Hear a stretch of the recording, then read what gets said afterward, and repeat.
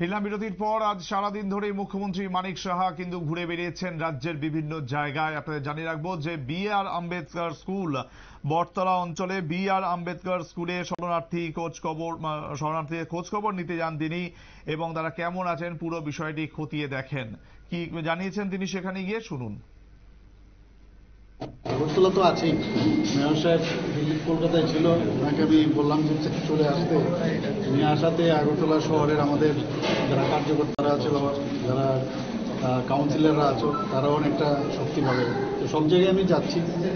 আর আপনারা দেখেছেন অলরেডি কেন্দ্রীয় সরকারও মাননীয় হোম মিনিস্টার সাহেব যা যা বলেছি তাই পাঠিয়েছেন। কালকেও আমি ভাবছি যদি আবহাওয়া যদি ঠিক থাকে আমি হেলিকপ্টারে হয়তো পরিদর্শনে যাব।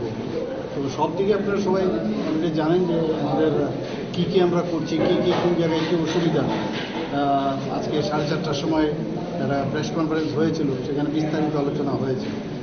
তো এখন পর্যন্ত আমরা মনিটরিং করছি। ডিজাস্টার ম্যানেজমেন্টই করতে হবে।